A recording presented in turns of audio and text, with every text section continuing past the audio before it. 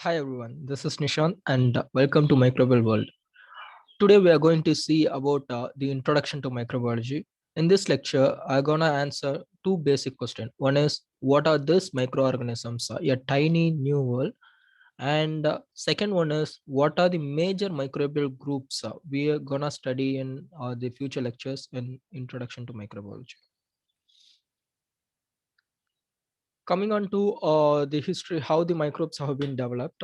It was the Anton Leeuwenhoek, who is known as the father of microbiology and also the father of bacteriology and father of microscopy. He was a merchant or a draper who sells the cloth in wholesale. He has the habit of seeing the quality of the cloth by grinding a glass and make it into a lens.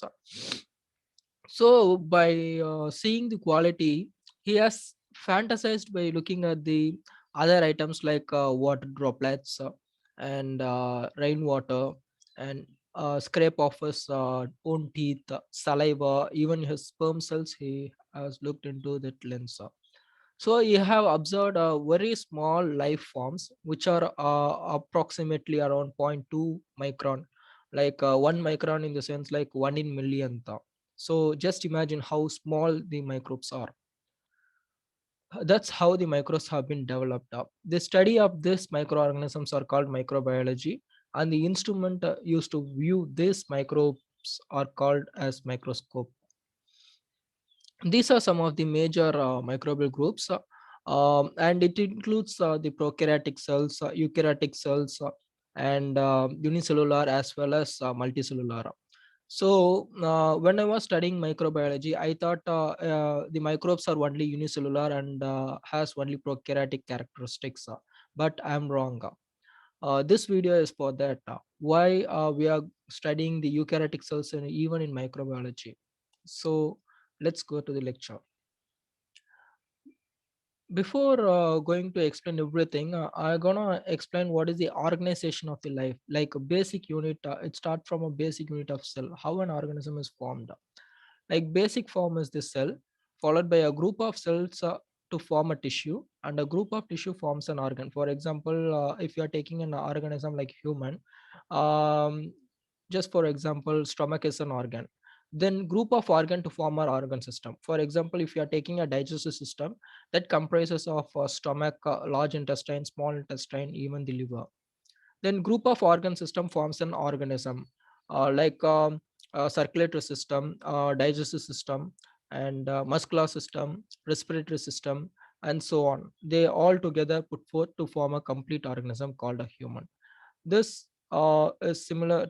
This follows for any organism. For example, if you are taking a plant, a cell forms a tissue, and tissue forms an organ like leaf or root or shoot or something like that, and group of organ to form an organ system, like it has a root system, shoot system, and a respiratory system, like that, it together to form a complete organism.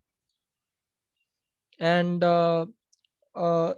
why we have to see is like the microbes are multicellular. Even though they are, some microbes are multicellular, they cannot they are a group of cells, but they cannot form a tissue. Tissues can have some specialized function. For example, the cells or the tissues which is present in liver has separate different role. This tissue which are present in kidney has a different role, but the cell and the DNA content which is present inside the cell are the same for both liver cell and kidney cell, but they vary. So this specialized form of tissues or a group of cells is not seen in microbes.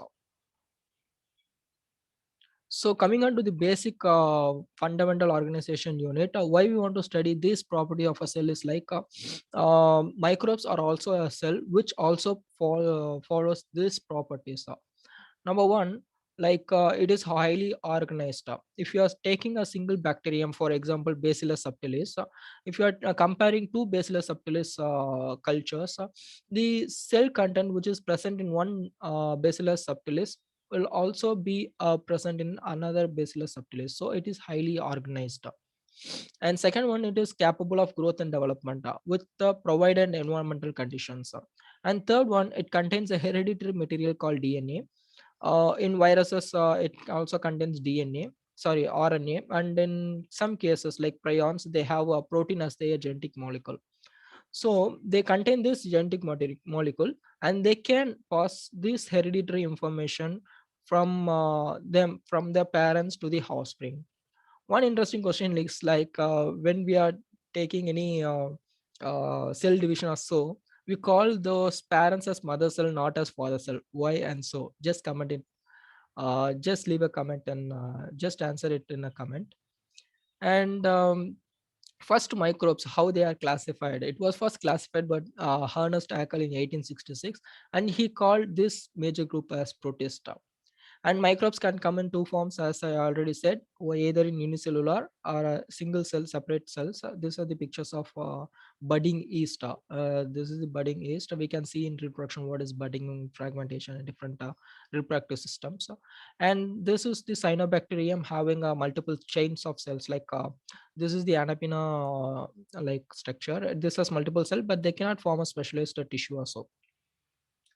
And coming on to the major types of cell based on the architecture, like the organelle which are present in prokaryote and eukaryote, they are divided into two major groups like eukaryotic and prokaryotic.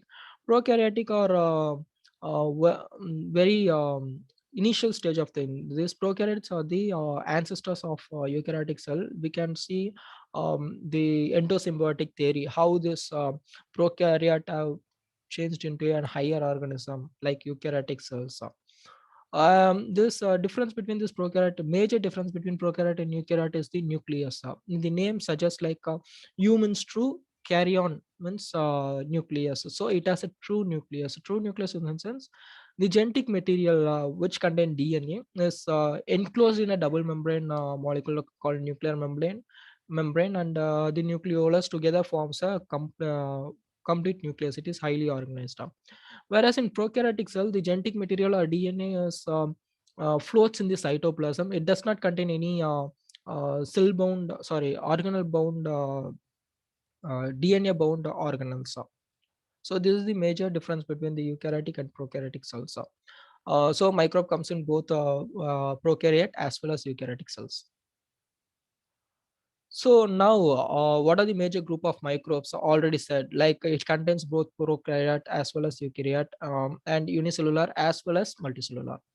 First, coming on to prokaryote, prokaryote has two major groups. One is like archaea, previously called as archaebacteria, and bacteria, previously they call it as eubacteria to differentiate between archaebacteria and the actual bacteria, that is eubacteria. Um, by visually when we are seeing, there is no difference between archaea and bacteria, but archaea are generally under cellular constituents, they will vary. We will see in future lecture. However, these archaea are extremophiles, like they can grow in volcanic vents, and extreme acidic condition or extreme alkaline condition, or high temperature or low temperature, extremely low temperature, such kind of extreme conditions they can grow on. Coming on to eukaryotes, it contain fungus, algae, and protozoa. And for example, fungus, the very known example is that mushroom. And there are several microscopic fungus which can cause us most of the plant and animal diseases. And algae has two forms, like eukaryote, sorry, like unicellular, multicellular, as well as eukaryotic and prokaryotic. Sorry, not prokaryotic. Algae is only eukaryotic, and protozoa are single cellular thing, but they are eukaryotic. And a specialized group called viruses. Viruses are acellular. It's a non-living thing. We cannot say it is a intermediate between living and non-living. In the sense, when viruses are not in contact with any host or any living organism, these viruses cannot grow and develop, and even they cannot reproduce from one virus to the other. Whereas when this viruses gets an host, like a living organism, for example human or any plant, I mean, viruses which infect human or viruses which infect plants. There are more specific types of viruses to infect. They get a host. They releases this hereditary genetic material, either DNA or RNA or even a protein.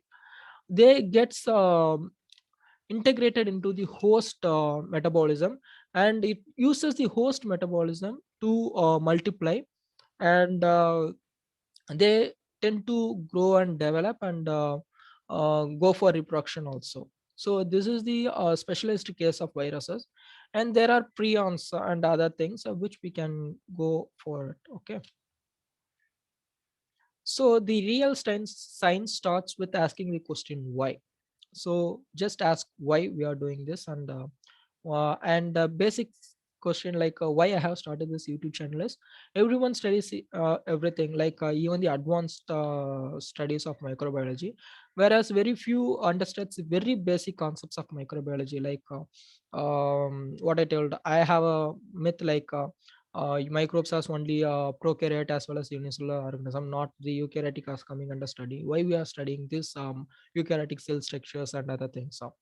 So I hope this lecture has clarified like why we are studying this unicellular as well as multicellular and prokaryotic structures and eukaryotic structures. I hope you understand this lecture. Thank you all.